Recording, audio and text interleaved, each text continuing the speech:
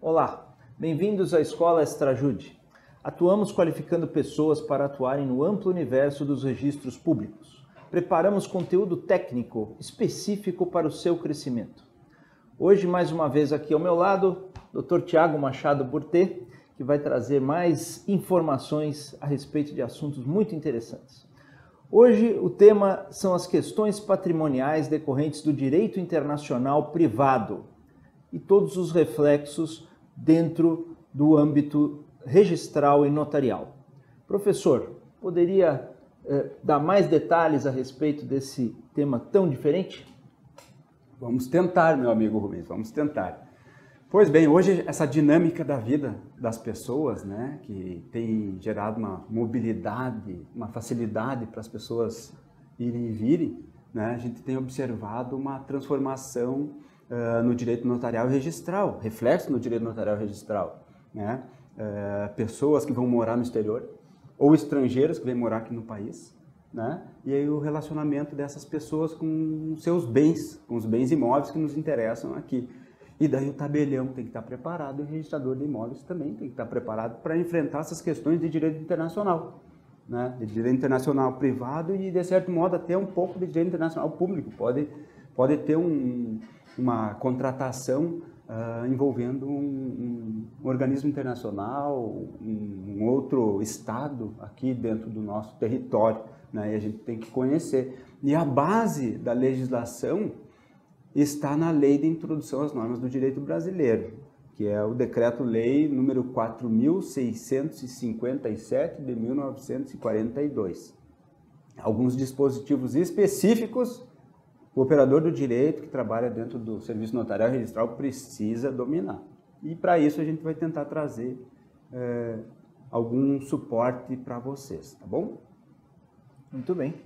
E sendo essa lei, antes da gente aprofundar mais, uma lei de 1942 não me parece um pouco antiga para assuntos tão modernos quanto estes, não? Mas ela é uma lei moderna, tanto é que até recentemente, em 2018, ela sofreu uma alteração super relevante, inclusive para a atividade notarial e para toda a administração pública federal. Esse decreto-lei, que ele tem força de lei, né, com base se fazia decreto-lei nessa época, 42, por causa da organização do Brasil. Esse decreto-lei, ele rege a forma como a legislação é aplicada. Tá? A base normativa, a base do direito, de certo modo, alguma parte decorre dessa lei, desse decreto-lei. Tá? Então a gente tem que dominar isso aí. Ali que fala na publicidade da lei, nos efeitos da lei, né? Então isso aí tem que ser conhecido pelo operador do direito. Muito bem. O professor mencionou, né, o exemplo do casamento. Como que funciona? O casamento no exterior, ele gera efeitos patrimoniais no Brasil? É sobre isso que a gente quer enfocar hoje. Tá? Brasileiros podem casar no estrangeiro? O que tu acha? Por que não? Por que não? Claro que podem casar no estrangeiro. Tá? Então, por que que pode? Por que que pode? Porque a lei diz que pode. Tá? É a lei do domicílio que rege as questões de direito de família. Está no artigo 7º. É a lei do domicílio que rege a questão do regime de bens. Está no artigo 7º, parágrafo 4º. Tá? Então, o operador do direito, quem está trabalhando no cartório de notas e no registro de imóveis, tem que saber que legislação estrangeira vai ter reflexo no nosso ordenamento. Mas o nosso ordenamento tem questões formais. Esse é o detalhe.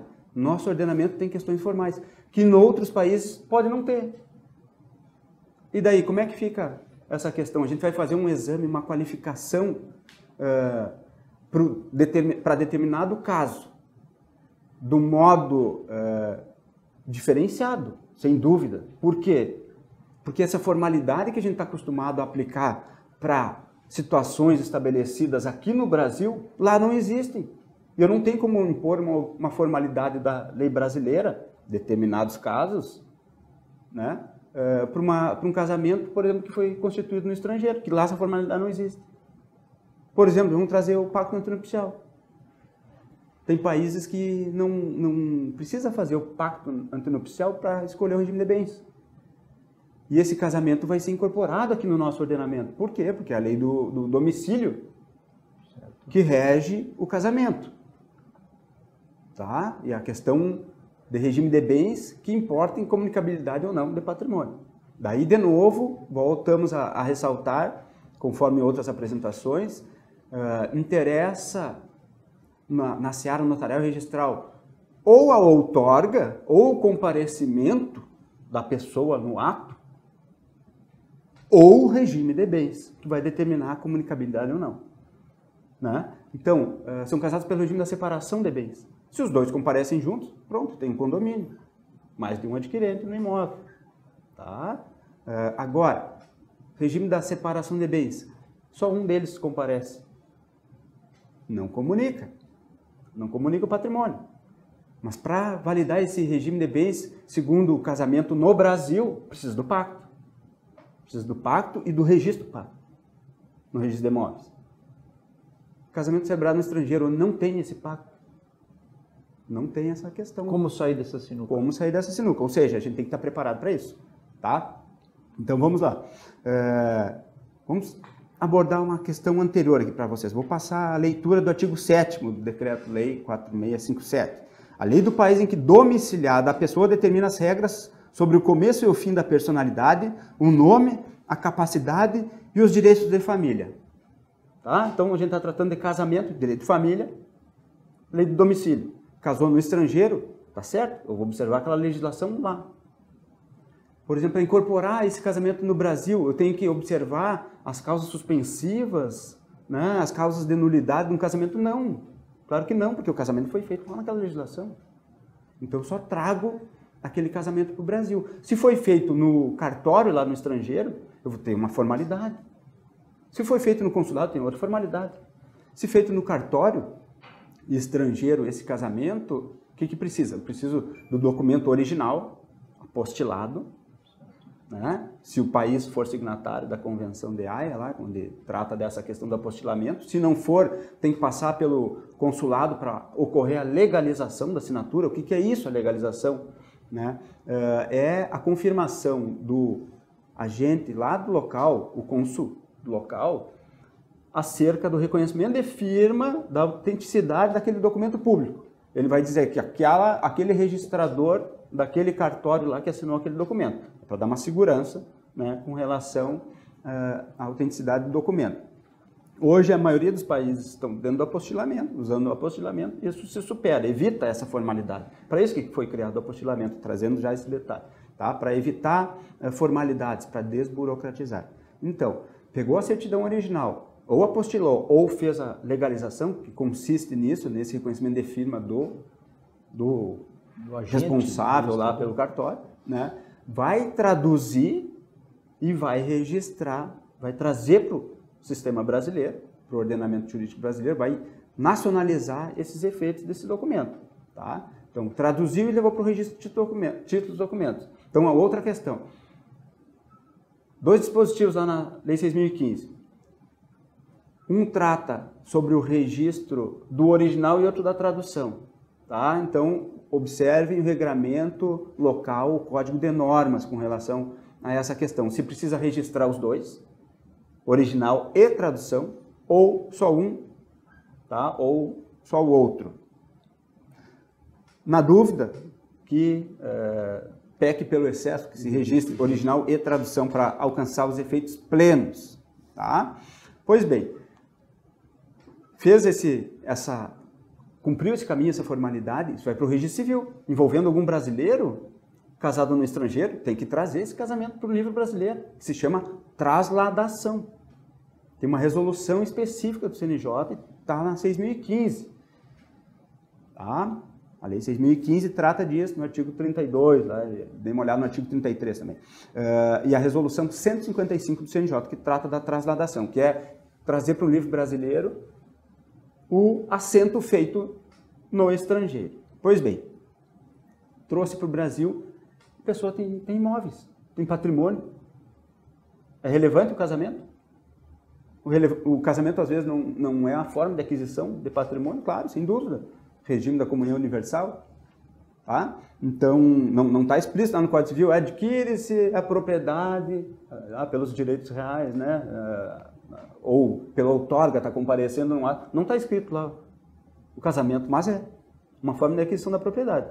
Né? Se a pessoa não tinha nada na vida e casou com alguém que tem um patrimônio relevante, casou pelo regime da comunhão universal, automaticamente ficou comentado patrimônio. Tá? Então é a forma de aquisição de patrimônio, aquisição de imóveis. Então a gente tem que trazer para o ordenamento jurídico brasileiro esse casamento no estrangeiro. Os efeitos desse casamento têm que ser gerados aqui. Como? Fazendo essa trasladação e averbando nas matrículas. Averbando nas matrículas dos imóveis essa alteração do Estado Civil, o casamento e os regimes de bens. Pois bem, aí entra um aspecto relevante sobre o regime de bens. Porque o registro de imóveis comumente está acostumado a seguir a formalidade nacional. Está acostumado a seguir a formalidade nacional.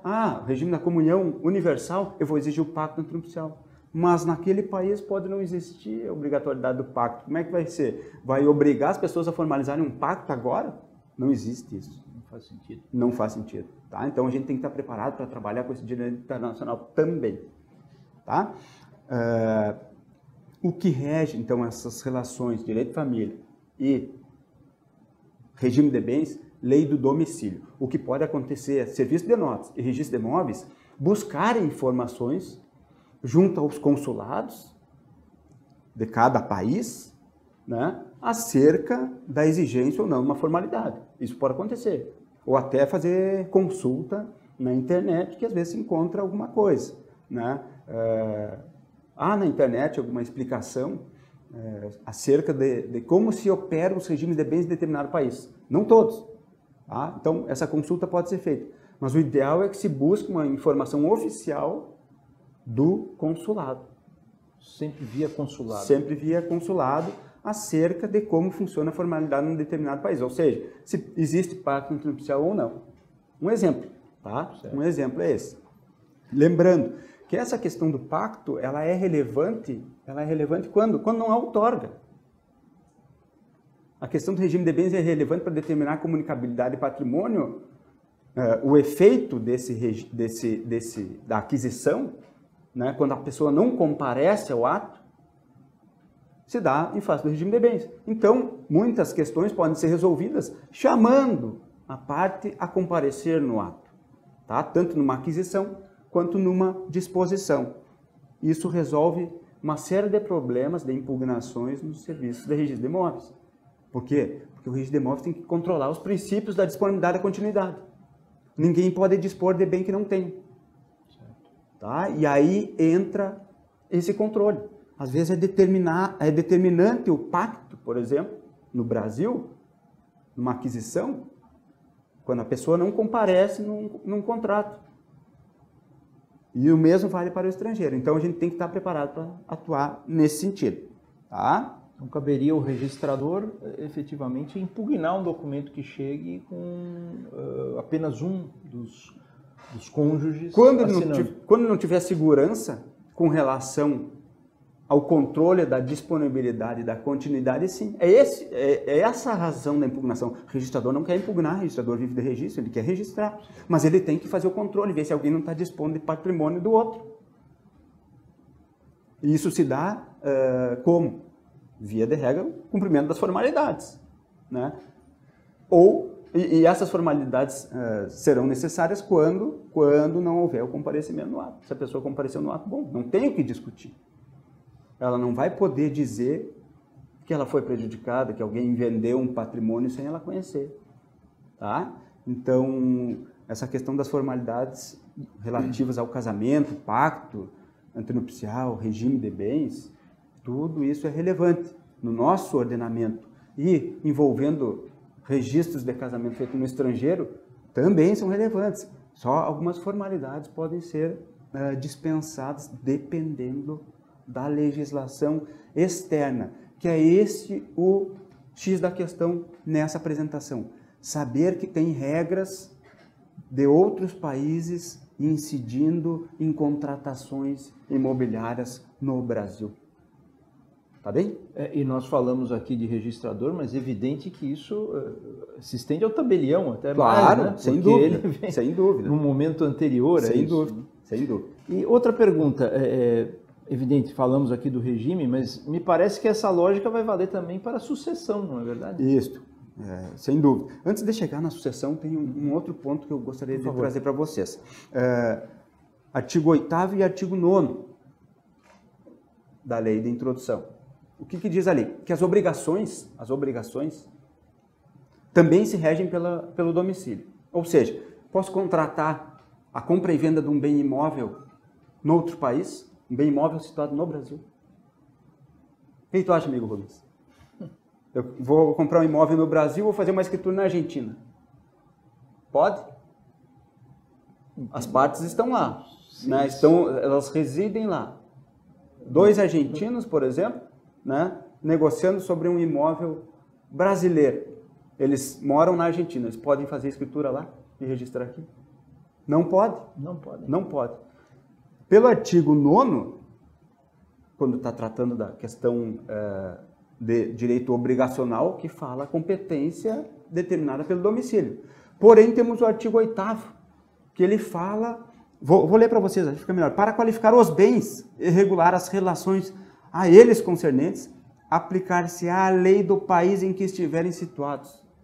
Portanto, legislação brasileira, quando estiver tratando de bem situado no Brasil. Ou seja, vai fazer a escritura aqui e vai submeter o registro imobiliário aqui.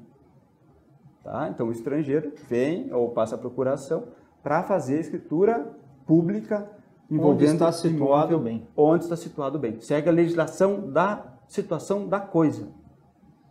E tá? Se porventura a lei, digamos que a lei local, a lei neste caso da Argentina, admite que se faça de um bem que está no estrangeiro, esse documento argentino, ele não tem validade nenhuma então no Brasil?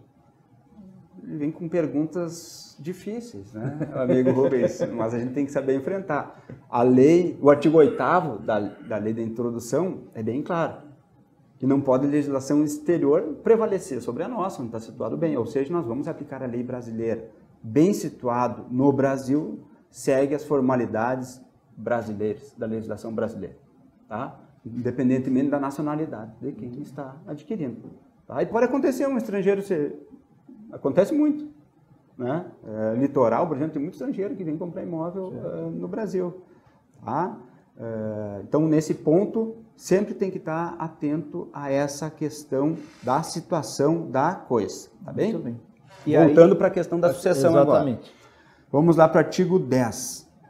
A sucessão por morte ou por ausência obedece à lei do país em que domiciliado o defunto ou desaparecido, qualquer que seja a natureza e a situação dos bens. Então, a sucessão por morte ou por ausência obedece à lei do país em que domiciliado, qualquer que seja a natureza, a situação dos bens. Situação entende-se localização, tá? Vamos ver o que diz o parágrafo 1º. Então, a sucessão, a transmissão do patrimônio é onde a pessoa reside. Tá? Então, pode ter um inventário feito no estrangeiro. A pessoa residia lá, mas o imóvel é aqui. Pode. Certo. Em tese pode, né? Pelo teor desse caput, me parece que sim. Perfeito.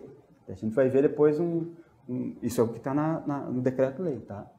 Depois a gente vai ver como é que se aplica ou não. Tem sempre um porém, sempre tem um porém, sempre tem uma exceção.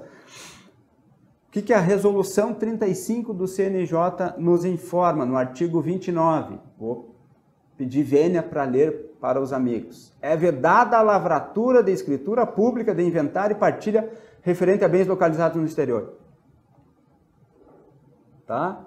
Então, bens situados no exterior não podem integrar a escritura pública quando for amigável. Nós vamos trazer a relação entre esses dois assuntos. Digamos que um estrangeiro faleceu onde ele era domiciliado, na Argentina, vamos trazer a proximidade aqui do lado, né? Era argentino, faleceu na Argentina, era onde ele tinha domicílio, mas ele tinha bens aqui. Como é que fica essa questão? Como é que vocês acham que fica essa questão? O que diz o 29? Vedada a lavratura de escritura pública de inventário e partilha referentes a bens localizados no exterior. Esse bem Os bens que ele tem na Argentina. Isso. Os bens que estão na Argentina vão estar dentro do inventário lá na Argentina. Na Argentina, aqui não poderia tratar disso. Aqui não poderia tratar disso. Tá? Bens no estrangeiro, portanto, não pode integrar a escritura pública. Mas se bem está no Brasil, ele pode fazer um inventário aqui? Pode um estrangeiro, domiciliado no estrangeiro, fazer um inventário aqui? O que diz o artigo 10, parágrafo 1º? A sucessão de bens de estrangeiros situados no país será regulada pela lei brasileira em benefício do cônjuge ou dos filhos brasileiros, ou de quem os represente, sempre que não lhes seja mais favorável a lei pessoal do decurso. Ou seja, se a legislação brasileira for mais benéfica, aplica a lei brasileira. Então, se o bem é situado no Brasil, porque a escritura não pode envolver bens do exterior, né? Certo. Bem situado no Brasil, mas o falecido faleceu no estrangeiro e ele era estrangeiro, se a lei local for mais benéfica, pode ser feito um inventário aqui, tá bem? Até porque tem a questão tributária, tudo que interessa ao Estado brasileiro, né? Deixar tudo regulado, tudo certinho, quem que é o dono de cada imóvel, e a questão tributária está aferida ali, tá bem? Então, muito por enquanto, era isso. Desculpe, professor, e a questão, no começo, o professor mencionou a possibilidade de fazer também negócios com entidades públicas, né? Ah, sim. Como funcionaria isso com governos, uhum, né? Vamos lá para o artigo 11 da lei de introdução, tá? Vamos lá. Parágrafo 2º. Os governos estrangeiros, bem como as organizações de qualquer natureza que eles tenham constituído, dirijam ou hajam investido de funções públicas, não poderão adquirir no Brasil bens imóveis ou suscetíveis de desapropriação. Então, um governo estrangeiro não pode ficar comprando, um Estado estrangeiro ou uma organização dessa aqui mencionada, não pode ficar comprando patrimônio imobiliário no Brasil. Isso interessa a soberania do Brasil. Tá? Por isso, a relevância de conhecer a nacionalidade, lá no artigo 176, princípio da especialidade subjetiva, dentro do registro de imóveis, né? Por isso, a relevância de conhecer a nacionalidade de quem está querendo contratar. Se for uma entidade dessas do parágrafo 2º do artigo 11, não pode ser feita escritura, não pode adquirir. Quer dizer, o cônsul vem aqui e diz que quer montar o consulado da Argentina, no caso. Aí já é exceção. Não pode comprar um apartamento, não pode comprar um imóvel rural, né? Não pode fazer investimento dessa natureza. Agora, vamos para o parágrafo 3º daí. Tem sempre um porém. Sempre tem. Os governos estrangeiros podem adquirir a propriedade dos prédios necessários à sede dos representantes diplomáticos ou dos agentes consulares, ou seja, para fins de estabelecer o consulado ou onde vai morar o cônsul, por exemplo, né, aí sim pode fazer a aquisição imobiliária, mas daí tem que estar explícito isso no ato notarial e vai constar isso do registro, tá? Então, essas questões de direito internacional, o governo estrangeiro está vindo adquirir um imóvel no Brasil, somente nessa condição do parágrafo 3º do artigo 11. Nas demais condições, não é livre de adquirir. Não pode. Tá bem?